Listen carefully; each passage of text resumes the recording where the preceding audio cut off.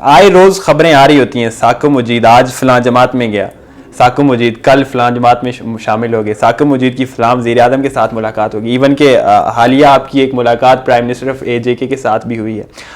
پھر آپ کی جو ریاستی لیول پہ مسلم کانفرنس اور پاکستان تحریک انصاف کا ایک اتحاد بھی موجود ہے۔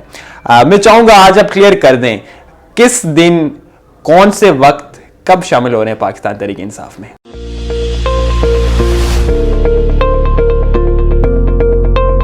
میں ہوں صوبان افتخار راجہ اور آپ دیکھ رہے ہیں اسٹیٹ ویوز۔ آج کی اس خصوصی نشست میں میرے ساتھ جو شخصیت موجود ہیں، یقینی طور پر وہ آپ کے لیے تعارف کی محتاج نہیں ہیں۔ اگر میں یہ کہتا چلوں کہ سیاست میں تحمل کا نام، سیاست میں صبر کا نام اگر کوئی ہوگا تو راجہ ثاقب مجید صاحب ہوں گے۔ مسلم کانفرنس کے حلقہ کھابڑا سے امیدوار ہیں اور حال ہی میں مسلم کانفرنس کے چیف آرگنائزر بھی بنائے گئے ہیں، منتخب ہوئے ہیں۔ آج ہمارے ساتھ موجود ہیں، ان سے گفتگو کریں گے، مختلف موضوعات پر ان کی رائے جاننے کی کوشش کریں گے۔ کچھ سخت سوالات بھی ہوں گے، کچھ تلخ باتیں بھی ہوں گی۔ امید کرتے ہیں کہ رائے صاحب ان کا جواب دیں گے اور یقینی طور پر ہمارے ناظرین بھی آگاہ ہونے چاہیں گے۔ السلام علیکم رائے صاحب۔ وعلیکم السلام۔ سب سے پہلے بہت شکریہ، آپ نے وقت نکالا اسٹیٹ ویوز کے لیے۔ بہت شکریہ صبح افتخار، بہت مہربانی۔ جانا یہ چاہوں گا رائے صاحب، آپ حال ہی میں مسلم کانفرنس کے چیف آرگنائزر منتخب ہوئے ہیں، آپ کو مبارک ہو۔ لیکن دیکھ رہے ہیں ریاست میں دن بدن مسلم کانفرنس سکڑتی جا رہی ہے، آخر وجہ کیا ہے؟ جی اللہ کا لاکھ لاکھ شکر ہے پہلے کہ میں اللہ پاک نے مجھے ایک عظیم سیاسی مقصد والی، نظریاتی مقصد والی اور ریاست کے اندر ریاستی نظریات والی جماعت کا چیف آرگنائزر اللہ پاک نے مجھے منتخب ہونے کا موقع دیا۔ میں اللہ کا لاکھ لاکھ شکر ادا کرتا ہوں۔ باقی آپ نے بات کی کہ ریاست میں جماعت کو شاید کوئی کمی بیشی کا سامنا ہے، تو اس پہ اتنی گزارش کروں گا کہ مسلم کانفرنس نے بھرپور اقتدار کا دور دیکھا ہے۔ مسلم کانفرنس کی جب یہ بنیادیں رکھی گئیں تو اس وقت ڈوگرا مہاراجہ ہری سنگھ کا جبر تھا، ظلم تھا۔ اس وقت ریاست جموں کشمیر کے اندر نماز اور اذان تک پابندی تھی، مشکل سے لوگ نماز اور اذان کے فرائض کی ادائیگی کرتے تھے۔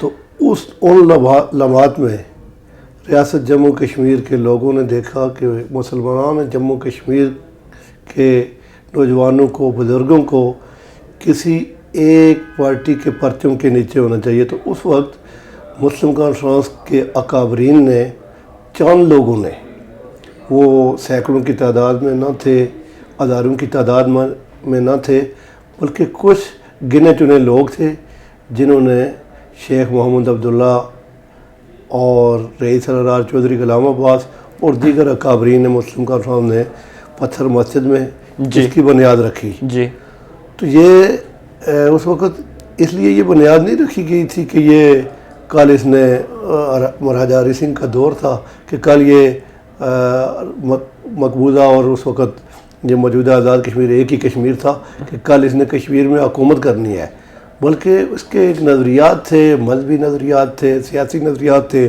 ریاست کے اندر تعمیر و ترقی کے حوالے سے اس کی سوچ تھی، اور ایک جموں کشمیر کے لوگوں کا اپنا ایک پلیٹ فارم تھا جو اس وقت کے ڈوگرا سامراج سے تنگ آ کر جنہوں نے اس جماعت کی بنیاد رکھی۔ رائے صاحب، مسلم کانفرنس کی نو ڈاؤٹ ہسٹری بہت ریچ ہے، وہ آپ نے تاریخی کی نا، میں اس حوالے سے یہ جواب دینا ضروری سمجھتا ہوں کہ مسلم کانفرنس بڑی مشکل، تو میں یہ بتانا چاہتا ہوں کہ اس وقت اگر مشکل نہیں آئی ہے تو آج آپ اس کو مشکل نہ سمجھیں۔ مسلم کانفرنس نے آج اگر آپ سمجھتے ہیں کہ 10 سال سے مسلم کانفرنس اقتدار سے باہر ہے، تو آپ یہ بھی دیکھیں کہ 2001 سے لے کے 2011 تک اقتدار میں رہی ہوئی ہے۔ تو اگر 10 سال باہر ہو گئی ہے تو کوئی مشکل نہیں ہے انشاءاللہ۔ اگر اس وقت چند لوگ بیٹھ کے مسلم کانفرنس کی بنیاد رکھتے ہیں تو وہ مسلم کانفرنس 90 سال کا سفر کرتی ہے، اور 90 سال کے دورانیے میں پچھلے 10 سال اگر اقتدار سے یہ باہر ہو گئی ہے تو کوئی بڑی قیامت نہیں آ گئی ہے۔ انشاءاللہ ایک بار پھر مضبوط اور منظم ہوگی انشاءاللہ. خیر یہ اس پہ مزید ہم گفتگو کریں گے، لیکن چونکہ آپ حلقہ کھاوڑا کے سے تعلق رکھتے ہیں، حلقہ کھاوڑا کی سیاست کرتے ہیں، اور ہمارے ویورز بھی بہت سارے جو آپ کے حلقے کے لوگ ہیں، آپ کے کارکنان ہیں، آپ کے جو چاہنے والے ہیں، وہ یہ جاننا چاہتے ہیں. آئے روز خبریں آ رہی ہوتی ہیں، ثاقب مجید آج فلاں جماعت میں گیا، ثاقب مجید کل فلاں جماعت میں شامل ہو گئے، ثاقب مجید کی فلاں وزیر اعظم کے ساتھ ملاقات ہوگی، ایون کہ حالیہ آپ کی ایک ملاقات پرائم منسٹر آف AJK کے ساتھ بھی ہوئی ہے. پھر آپ کی جو ریاستی لیول پہ مسلم کانفرنس اور پاکستان تحریک انصاف کا ایک اتحاد بھی موجود ہے. میں چاہوں گا آج آپ کلیئر کر دیں کس دن، کون سے وقت، کب شامل ہو رہے ہیں پاکستان تحریک انصاف میں؟ نہیں، میں نے آپ کو کس طرح یہ احساس ہوا کہ میں تحریک انصاف میں اللہ نہ کرے شامل ہو رہا ہوں. میں نے اگر وزیر اعظم سے ملاقات کی ہے تو اس کا مقصد نہیں ہے میں تحریک انصاف میں شامل ہو گیا ہوں. میں نے پرائم منسٹر آزاد کشمیر سے ملاقات بحیثیت کارکن مسلم کانفرنس کی ہے، اور وہ حکومت کی خواہش پہ وہ ملاقات تھی. تو سیاسی عمل میں ملاقاتیں بھی ہوتی ہیں، مذاکرات بھی ہوتے ہیں، لوگ ایک دوسرے سے ملتے جلتے ہیں. اس کا یہ مطلب ہرگز نہیں ہوتا.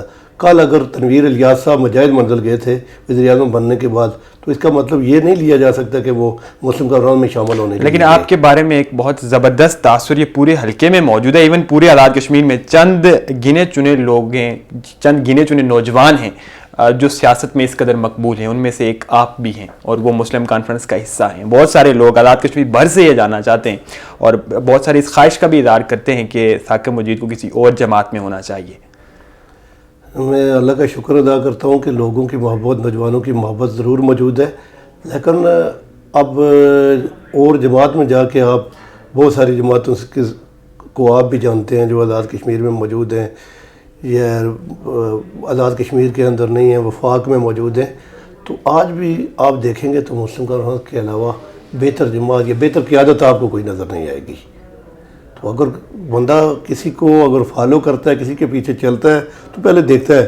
جب آپ دیکھیں گے تو آپ کو سردار عتیق صاحب اور مسلم کانفرنس کی قیادت ہی نظر آئے گی، بلکہ بعض مخالف سیاسی جماعتوں کے کارکن اور ان کے اکابرین بھی یہ بات کہنے پہ مجبور ہوتے ہیں کہ سردار عتیق احمد خان صاحب سے بہتر کوئی سیاسی رہنما. یعنی کہ یہ تاثر غلط ہے. آپ آن دی ریکارڈ اس بات کو مان رہے ہیں کہ آپ مسلم کانفرنس میں رہنے والے ہیں، مسلم کانفرنس کے ساتھ وابستگی، وفاداری انشاءاللہ تا حیات جاری رہے گی. میرا خیال ہے مختلف سیاسی جماعتوں کے اندر کچھ لوگ شاید آپ نے جو کہا کہ نوجوانوں میں مقبولیت ہے، اور کچھ لوگ ریاست کے اندر لوگ اچھے جذبات، احساسات کا اظہار کرتے ہیں، تو شاید اس وجہ سے کچھ مخالف سیاسی جماعتوں کے اندر لوگ خوفزدہ ہیں، اس لیے وہ روزانہ یہ کہتے ہیں کہ یہ ادھر جا رہے ہیں، ادھر جا رہے ہیں. میں صبر اور حوصلے سے آپ نے جو شروع میں الفاظ ادا کیے تھے، کلمات خیر کیے تھے، میں آپ کا شکر گزار ہوں. تو مجھے اللہ پاک یہ استقامت دے تو مسلم کانفرنس کو منظم کرنے کی اور اس کے لیے بہتر اس کے کام آنے کی توفیق دے. اب تو آپ کو خیر ذمہ داری بھی مل چکی ہے، اس طرف بھی آئیں گے.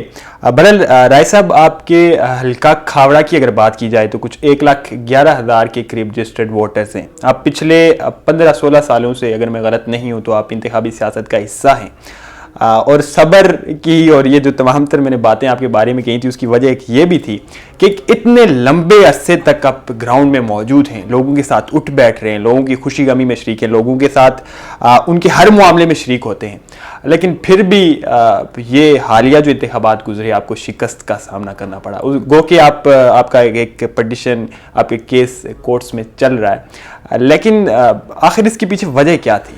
میں الحمدللہ حالیہ انتخابات جو 2021 میں ہوئے، میں وہ الیکشن میں ہارا ہوا نہیں سمجھتا، اس کو میں جیتا ہوا سمجھتا ہوں. اور اس کی بنیادی وجہ بھی یہ ہے، آپ دیکھتے ہیں، آپ اس حلقے سے بھی تعلق رکھتے ہیں، اور آپ الیکٹرانک اور پرنٹ میڈیا سے بھی آپ کا تعلق ہے، تو آپ کی بھی اس پہ ضرور گہری نظر ہوگی. میں اس حلقہ میں نے وفاقی جماعتوں کا مقابلہ کیا. وفاق میں اس وقت کی جو گورنمنٹ تھی اس کے امیدوار تھے، وفاقی وزراء آئے، سابق وزراء آئے، ساری پارٹیوں کی لیڈرشپ پرسنالٹی، بلاول بھٹو سے لے کے مریم نواز تک تمام لیڈرشپ پرسنالٹی آزاد کشمیر میں گئی میرے حلقہ میں. تو میں وہاں پہ اکیلا مقابلہ تنہا کر رہا تھا. اس کے باوجود مجھے 23,000 ووٹ، میرے ووٹ روکے گئے. مجھے رات کے اندھیرے میں الیکٹرانک اور پرنٹ میڈیا کے ذریعے کراچی کے ہیڈ آفس کے ذریعے جو میرے مد مقابل امیدوار تھا وہ 7-8 ہزار کی لیڈ سے پیچھے تھا، اور اس وقت اس کو 8-10 ہزار آگے دکھایا جا رہا تھا، ایک ماحول بنایا جا رہا تھا دھاندلی کے لیے، جعلسازی کے لیے، اور مجھے الیکشن ہرانے کے لیے ایک ماحول بنایا جا رہا تھا جو وفاقی سطح پہ پیپلز پارٹی اور اس کی پی ٹی آئی اور اسٹیبلشمنٹ کی ڈیل تھی، اس ڈیل کے ذریعے مجھے ہرایا گیا۔ میں گراؤنڈ پہ، میں پبلک میں، مجھے لوگوں نے نہیں بلکہ ملاتی سازشوں نے الیکشن ہرایا ہے۔ میں رائے صاحب دو باتیں پوچھنا چاہوں گا۔ ایک تو آپ اتنے لمبے عرصے تک اقتدار سے دور رہنے کے باوجود، یعنی کہ آپ کی اسمبلی میں کوئی رول نہیں ہے، ایک گورنمنٹ میں کوئی رول نہیں رہا ان 15 سالوں میں، پھر بھی آپ اپنے ووٹ بینک کو روزانہ بڑھاتے چلے جا رہے ہیں۔ پہلے تو اس کا جواب دیجئے گا، اور پھر میں یہ جاننا چاہوں گا، آپ نے کہا کہ اسٹیبلشمنٹ پاکستان تحریک انصاف اور پیپلز پارٹی کی گٹھ جوڑ کی وجہ سے آپ کو ہرایا گیا ہے۔ تاثر تو یہ بھی ہے کہ اسٹیبلشمنٹ کے ساتھ آپ کی جماعت کے بھی بڑے قریبی روابط ہیں، آپ کی جماعت کی بھی بعض ایکٹیویٹیز جو ہیں وہ ان کی ڈائریکشنز پہ ہی طے ہوتی ہیں۔ دیکھو، ہمارے اسٹیبلشمنٹ کے ساتھ روابط یہ ہے، مسلح افواج پاکستان کے حوالے سے مسلم کانفرنس کا ایک اپنا خیال ہے کہ مسلح افواج پاکستان کی حمایت پاکستان کے اندر، ریاست کے اندر لوگوں کو ہر صورت کرنی چاہیے، چونکہ افواج پاکستان مضبوط ہوگی تو مضبوط پاکستان ہوگا، وہ ایک صورتحال ہے۔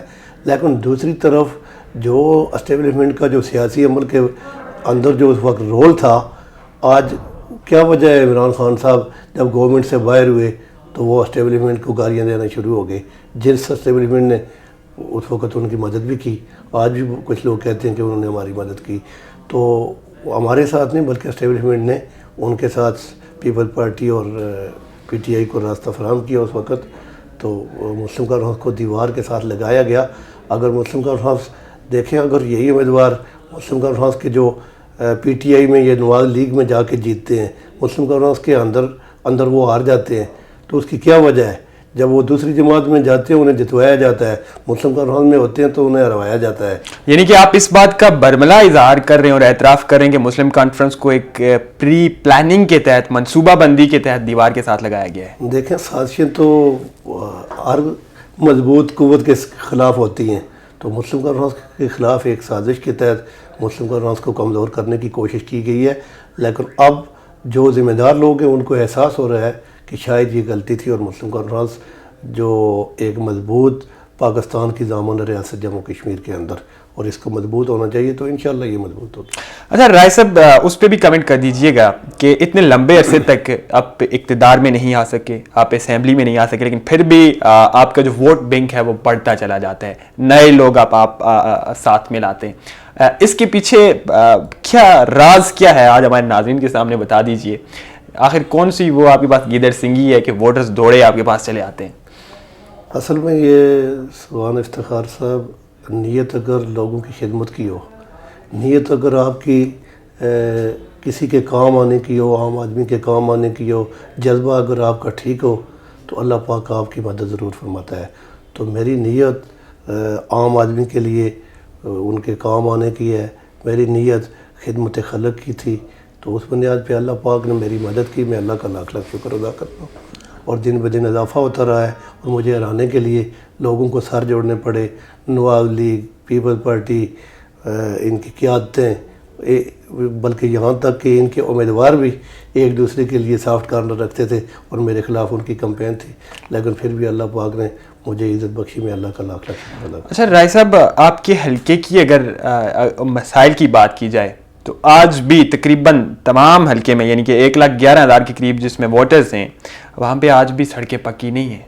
آج بھی میں جس یونین کونسل سے ہوں وہاں پر آج بھی ہائی اسکولوں کی چھتیں نہیں ہیں، لوگ جو ہے وہ ان کے آج بھی زیر تعمیر ایک واقعہ تھا، ہمارا اسکول تعمیر ہو رہا تھا یونین کونسل گٹکیر کا، تو وہاں پہ اسے توڑنے کی کوشش کی گئی ہے۔ صرف یہ ایک یونین کونسل کی بات نہیں ہے بلکہ پورے حلقے میں ہی لوگوں کے پاس سڑکیں نہیں ہیں، پینے کے لیے جو ہے وہ صاف پانی کی لائنیں نہیں ہیں، اسی طرح سے آج بھی وہاں پر ڈسپینسریز کی مسائل ہیں، پورے حلقے میں آج تک کوئی ایک بڑا صحت کا مرکز قائم نہیں کیا جا سکا۔ کیا سمجھتے ہیں کون ذمہ دار ہے ان تمام تر مسائل کا؟ جو حلقے کے نمائندے منتخب ہوتے رہے وہ ذمہ دار ہے۔ پچھلے یہ ان 70-75 سالوں سے کون کون سے وہ نمائندے تھے؟ آپ کسی کو نومینیٹ کرنا چاہیں گے؟ ایک تو پیپلز پارٹی کے جو موجودہ جعل سازی سے ممبر منتخب ہوئے ہیں اور اپوزیشن لیڈر بھی وہ جعل سازی سے وہاں پہ بیٹھے ہوئے ہیں جی. الیکشن حلقے میں وہ ہارے ہوئے ہیں، وہ ذمہ دار ہیں، چونکہ مسلسل وہ ایم ایل اے بنتے رہے ہیں،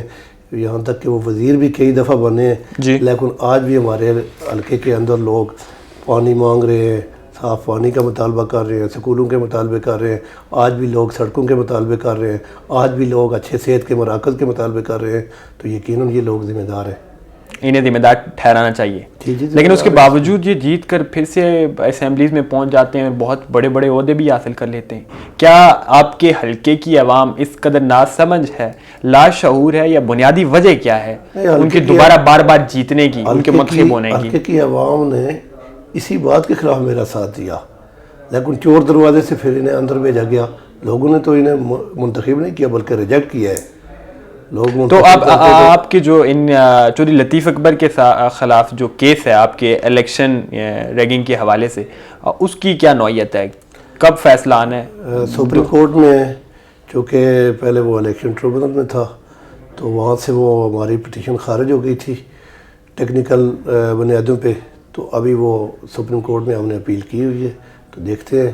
ہمیں امید ہے کہ انصاف ملے گا، ساتھ انصاف کریں گے، ہمیں اعلیٰ عدلیہ پہ امید ہے انشاءاللہ. رائے صاحب، آپ کی پھر سے میں آنا چاہوں گا جو ریاستی سیاست ہے آپ کی جماعت کی. کل کو غالباً تنظیم سازی ہوئی، نئی تنظیم سازی ہوئی اگر میں غلطی پہ نہیں ہوں، جس پہ آج ہوئی، کچھ نام کل اناؤنس ہوئے تھے رات کو، گزشتہ رات کو.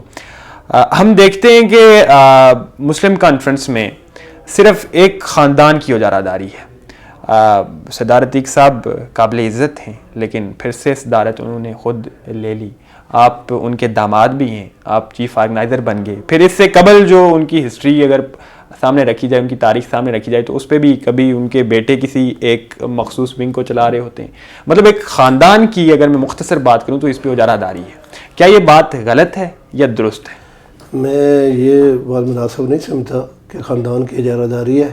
البتہ جو لوگ اہل ہیں، اگر وہ کسی ایک خاندان سے ہیں یا دوسرے خاندان سے ہیں، اہل لوگوں کو سامنے آنا چاہیے. پورے آزاد کشمیر میں صاحب کل مرزا شفیق جلال صاحب پارٹی کے صدر 3 سال رہ چکے ہیں.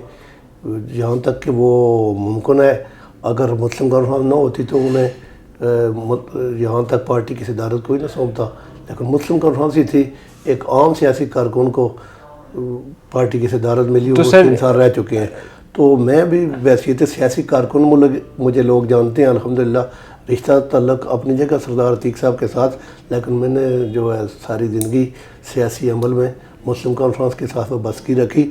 اور ابھی آپ نے بات کی کہ لوگ میرے اوپر اعتماد بھی کرتے ہیں، نوجوان میرے ساتھ محبت بھی رکھتے ہیں، تو اس کا مطلب ہے مجھے رشتے کی بنیاد پہ یا تعلق داری کی بنیاد پہ نہیں، بلکہ مجھے سیاست میں عام ایک کارکن کی حیثیت سے اور لوگوں کے ساتھ روابط کی حیثیت سے اور ریاست بھر میں ایک سیاسی کارکن کی حیثیت سے مجھے لیکن یہ سوال تو رائے صاحب بنتا ہے کہ ریاست سے تاؤ بٹ سے لے کر وہ ممبر کے کونے تک صرف مسلم کانفرنس کے میں جو اہل لوگ ہیں وہ صرف اس خاندان کے ہیں، باقی سب نیلے نکمے نکھٹو ہیں. اس کے علاوہ بھی سردار سکندر یاد صاحب اس کے صدر رہ چکے ہیں، ارشد غازی صاحب کے والد رہ چکے ہیں، آج شفیق جلال صاحب رہ چکے ہیں، راجہ حیدر خان رہ چکے ہیں.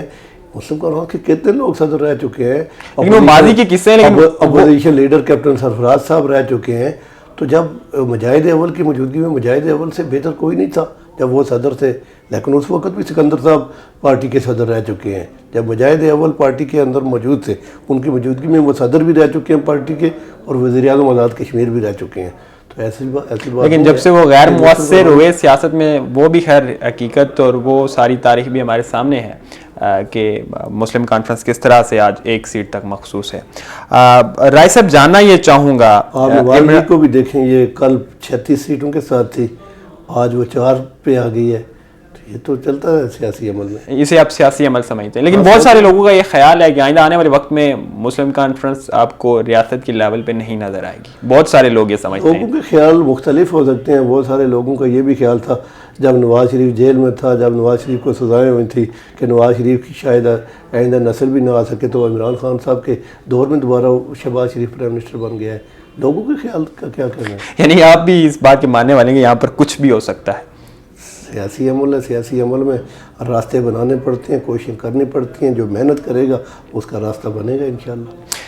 رائی صاحب, آپ نے عمران خان کی بات کی, تو اس وقت ملک میں پاکستان کی اگر بات کی جائے, اس وقت ہم وفاقی دارالحکومت میں بیٹھے ہوئے ہیں, یہاں پر پاپولیرٹی کا جو عروج ہے وہ عمران خان کا ہے. آپ پرسنلی عمران خان کو کس طرح سے دیکھتے ہیں, ان پہ کیا کمنٹس کریں گے, کیسے لیڈر ہیں؟ میں اس حوالے سے کہتا ہوں کہ پاکستان میں جتنے بھی سیاسی رہنما ہیں وہ کوشش کریں بردباری کی سیاست کریں. وہ یہ جو موجودہ سیاسی کلچر ہے وہ عمران خان صاحب ہوں یا کوئی اور ہو, یہ بالکل نامناسب طریقہ ہے. یہاں پہ ایک بدتمیزی کا کلچر ہے, بےہودگی کا کلچر ہے.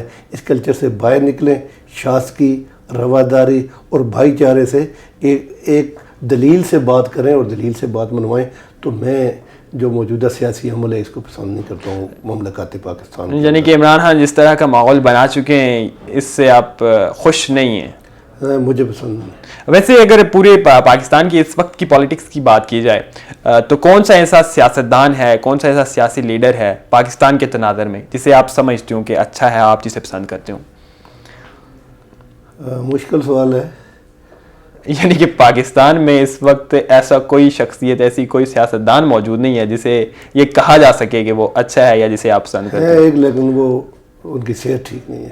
کیا ان کا نام آپ بتانا چاہیں گے ہمارے؟ جاوید ہاشمی صاحب. جاوید ہاشمی صاحب کو آپ پسند کرتے ہیں؟ یہ مجھے پسند ہے. لیکن ناظرین, کس قدر بڑا المیہ ہے کہ پاکستان کی سیاسی ماحول, سیاست اس قدر خراب ہو چکی ہے کہ اب جو ہے وہ موجودہ سیاسی تناظر میں کسی کو آئیڈلائز بھی نہیں کیا جا سکا. یہ بہت بڑا المیہ ہے رائے صاحب. آپ کی ریاست کی بات کروں گا, موجودہ سیاسی تناظر میں راجہ فاروق حیدر خان, لوگ انہیں بہت پسند کرتے ہیں, کہتے ہیں نیشنلسٹ ہیں, عوام کی بات کرتے ہیں. آپ کے کیا ریمارکس ہیں ان کے؟ نہیں, فاروق حیدر صاحب نیشنلسٹ نہیں ہیں, بلکہ فاروق حیدر صاحب نظریہ علاقے پاکستان کے حامی ہیں. کشمیر بنے گا پاکستان کے حامی ہیں, ان کا خاندان, ان کی نسل ساری. باقی اگر کہیں پہ ریاست کی کوئی بات کرتا ہے اس کا یہ مطلب نہیں ہے وہ نیشنلسٹ ہے. ریاست کے حقوق کی بات میں بھی کرتا ہوں, فاروق حیدر صاحب بھی کرتے ہیں, سردار عتیق صاحب بھی کریں گے اور تنویر الیاس صاحب بھی کریں گے. ریاست کی جو ہے پانچوں اکائیوں کی بات ہم سارے کرتے ہیں کہ ہمیں تقسیم نہ کیا جائے.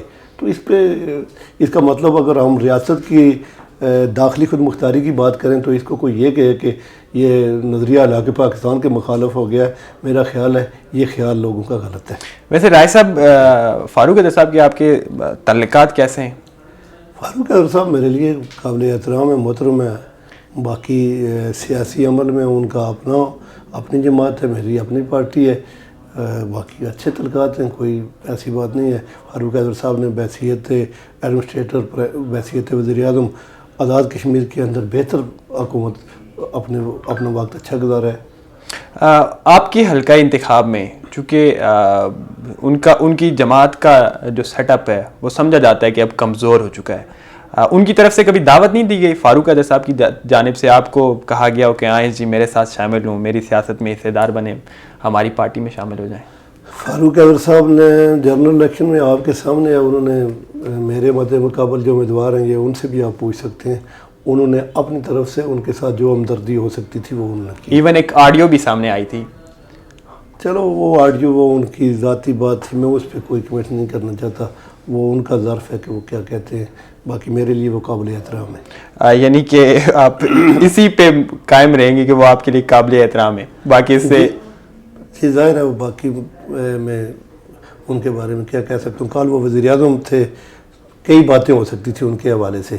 آج وہ وزیر اعظم نہیں ہیں تو آج میں ان کے حوالے سے. یعنی کہ آپ یہ سمجھتے ہیں کہ فاروق حیدر صاحب کی جو حکومت کا دور تھا وہ ایک اچھا دور تھا؟ جی کئی لوگوں سے بہتر تھا. جو مسلم کرنوس کی حکومت کے بعد کی جو حکومتیں آئی ہیں 2011 کے بعد, تو ان میں سے فاروق حیدر صاحب کے دور کو اچھا کہا جا سکتا ہے؟ جی کہا جا سکتا ہے کہ وہ انہوں نے بہتر وقت گزارا. انہوں نے شاید وفاق کے اندر سے اس قدر مداخلت قبول نہیں کی جس طرح اس کے بعد یا اس سے ایک دور پہلے پیپل پارٹی کے دور میں تھی. تو فاروق حیدر صاحب انہوں نے اس پچھلے 10 سالہ دور میں سے درمیان والا جو ان کا دور تھا, یہ جیے والا جو دور ہے, ان کا دور بہتر تھا. رائے صاحب کچھ سخت باتوں کی طرف آتے ہیں. آپ پہ ایک الزام عائد کیا جاتا ہے بلکہ اس کا فیصلہ میں چاہوں گا ناظرین کریں، اسے الزام کہیں یا اسے آپ کی خوبی کہیں بطور سیاستدان. لوگ کہتے ہیں یا آپ کے بارے میں ایک تاثر یہ بھی لیا جاتا ہے کہ آپ کا کارکن چاہے وہ ایک مجرم یا ملزم ہی کیوں نہیں ہے، ثاقب مجید راجہ اسے بیک کرے گا، اس کے پیچھے کھڑا رہے گا. کیا یہ بات درست ہے؟ اگر درست ہے تو آپ اس کی وضاحت کس طرح سے کریں گے؟ دیکھیں، اگر آپ کا کوئی ساتھی اگر کوئی غلطی کرتا ہے تو آپ اسے تنہا نہیں چھوڑیں گے کہ یہ اسی غلطی میں ڈٹا رہے، وہاں پھنسا رہے. آپ اسے وہاں سے نکالیں اور اس کی اصلاح کریں، اسے کہیں کہ وہ آئندہ غلطی نہ کرے. تو اس میں کیا برا ہے کہ آپ اپنے کسی ساتھی کو کسی مشکل وقت میں اس کا ساتھ دیتے ہیں اور اسے کہتے ہیں کہ اگر وہ غلط ہے تو غلطی نہ کرے، اگر وہ درست ہے تو اس کے ساتھ ڈٹ کے کھڑے ہو. اسی وجہ سے ہمیں دیکھنے کو ملتا ہے کہ ثاقب مجید راجہ اپنے لوگوں کے ساتھ موجود رہتے ہیں ہر جگہ پہ. باقی دیکھیں، جنت اگلے جہاں یا جو مقام ملے گا تو وہ آپ کے اعمال پہ ہوگا. تو اگر آپ کے بحیثیت سیاسی کارکن یا دوست ساتھی بھائی ہیں تو دنیا میں اگر آپ ان کے کام نہیں آئیں گے تو اگلے جہان میں نے اور کسی دوسرے لیڈر نے کسی کا کیا کرنا ہے؟ وہ تو ہر بندہ اپنے اپنے عمل کے ساتھ جائے گا جنت میں. اچھا رائے صاحب، آپ کی موجودہ جو حکمران جماعت ہے اتحادی ہے، خبریں ہیں کہ آپ بھی کسی قسم کی کوئی ایڈجسٹمنٹ لے رہے ہیں، حکومتی سیٹ اپ کا حصہ بننے جا رہے ہیں، کیا یہ درست ہے؟ دیکھیں، ایک تو تنویر الیاس صاحب مبارکباد کے مستحق ہیں کہ انہوں نے 31-32 سال بعد بلدیاتی الیکشن کا انعقاد کروایا. سپریم کورٹ کا بھی اس میں عمل ہے، لیکن تنویر الیاس صاحب کا بڑا سٹینڈ ہے. میرے مد مقابل جو امیدوار تھے، جو اپوزیشن لیڈر ہیں، ان کا خیال تھا کہ یہ بلدیاتی الیکشن اگر ہوئے تو قتل عام ہوگا آزاد کشمیر میں. تو دیکھیں ان کے منہ میں خاک ہوئی تو پرامن بلدیاتی انتخابات ہو گئے. ہماری پولیس کتنی ہے، ہمارے پاس نفری کتنی ہے، اس کم نفری اور کم انتظامی ڈھانچے کے موجودگی میں بہترین انتخابات ہوئے. تو باقی اتحاد چونکہ پہلے بھی اسمبلی کے اندر ہمارا اور پی ٹی آئی کا اتحاد موجود ہے، اسمبلی کے باہر وہ اتحاد موجود نہیں ہے. وہ حکومت کا کام ہے کہ باہر اتحاد نظر کس طرح آئے، یہ گورنمنٹ تو کا یعنی کام ہے. ابھی ہمارے مذاکرات اس میں چل رہے ہیں. اگر حکومت کو ہماری بات پسند آئی، ہمیں ان کی بات پسند آئی تو اتحاد ہوگا.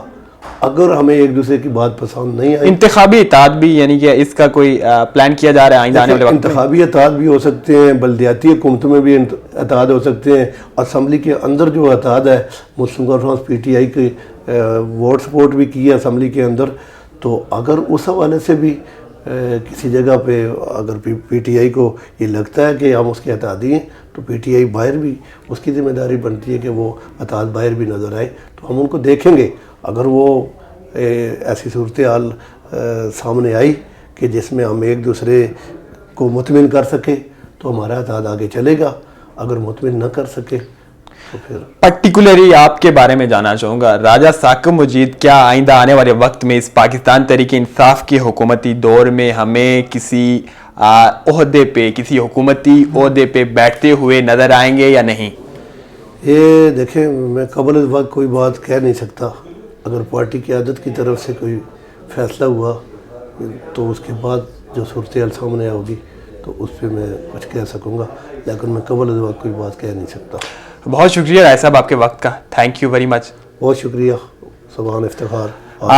راجہ ثاقب مجید صاحب ہمارے ساتھ موجود تھے. ان کے ساتھ ہم نے گفتگو کی ہے، کچھ سوالات ہم نے ان کے سامنے رکھے تھے اور ان کا موقف جاننے کی کوشش کی ہے. مختلف موضوعات زیر بحث لائے. پاکستان تحریک انصاف کی اور ریاستی جماعت مسلم کانفرنس کے اتحاد کے بارے میں بھی گفتگو ہوئی اور اس بات پر بھی رائے صاحب نے ایڈریس کرنے کی کوشش کی ہے کہ کیا یہ آئندہ آنے والے وقت میں کسی اور جماعت کا حصہ تو نہیں بننے جا رہے، اور ان کے متعلق جس قسم کی خبریں گردش کر رہی تھیں کہ یہ پاکستان تحریک انصاف کو جوائن کرنے والے ہیں، جو ایک تاثر موجود تھا آج ہمارے اس پروگرام میں باقاعدہ طور پر اس کی بھی رائے صاحب نے تردید کر دی ہے. خیر، آنے والے وقت میں مزید شخصیات کے ساتھ بھی آپ کی خدمت میں حاضر ہوتے رہیں گے. سبحان افتخار راجہ کو دیجیے اجازت. اللہ نگہبان.